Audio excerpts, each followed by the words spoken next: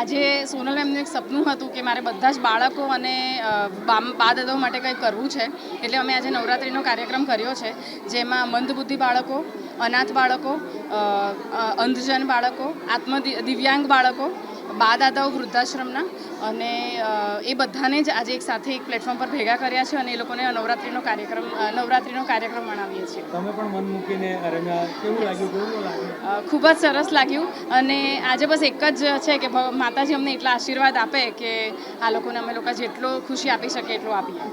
ને આજે અમે બાળકો માટે સપ્તરંગી નવરાત્રિ કરીને એક ઇવેન્ટ રાખ્યો છે, જ્યાં અમે બધા બાળકોને બોલાવ્યા છે. બા દાદા વૃદ્ધાશ્રમમાંથી બા દાદાને બોલાવીએ છીએ, બ્લાઇન્ડ બચ્ચાઓને બોલાવ્યા છે, દિવ્યાંગ બાળકોને બોલાવ્યા છે, ઓર જે ઓર્ફન કિડ્સને બોલાવ્યા છે.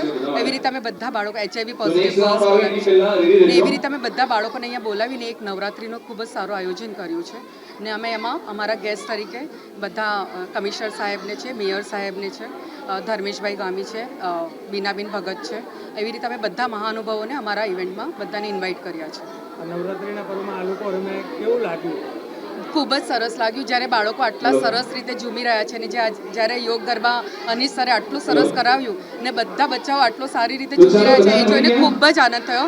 મારા આજે ઇવેન્ટનું જે મારું ડ્રીમ હતું તે ખરેખર પૂરું થયું, ને બહુ જ સરસ. માતાજીનો ખૂબ ખૂબ આભાર માનું છું કે મારું આ જે સપનું હતું તે પૂરું કર્યું.